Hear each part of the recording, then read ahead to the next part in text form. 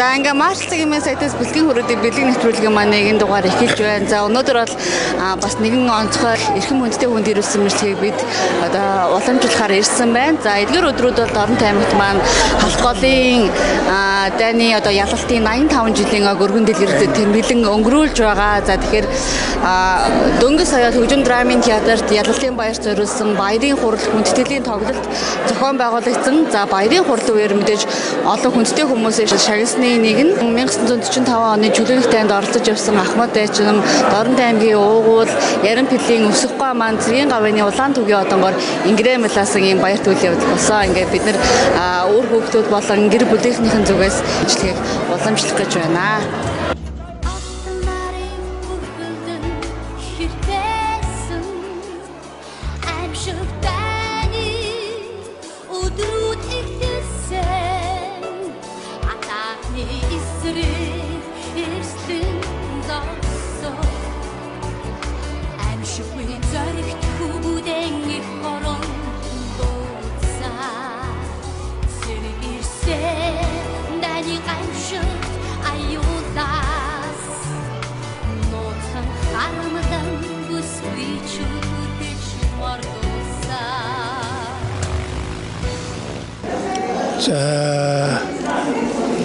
Халхын голын дайны ялалтын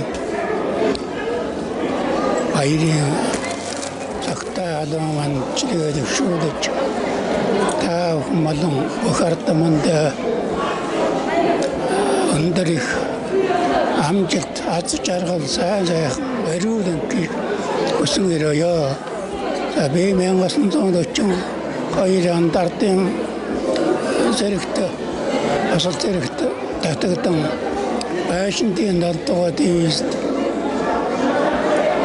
тэр яа 3 жил хасаа 3 жилийн усаас тэргээ хайгаад усаад халагдах байсан. Халагдна гэж бодчихоо тэр гэнт нөгөө тэр түргэн жигсаалаа өөрөө ангинж актмараа марын ангуус актмартуудыг хоочирч одоо мараа барьж ингээд юуны дивжин хамсаар хорсогж дараагүйсэн. Ингээд яриа хийгээд Японы мэдрэлийн томгойлогчтой боцохож өвөр Монгол хятадын хойдсгийн шилэлэх дайнд орно одоо орно нэдрээс. Ингээд хэлээд Японы засгийн газар дайнд орсон.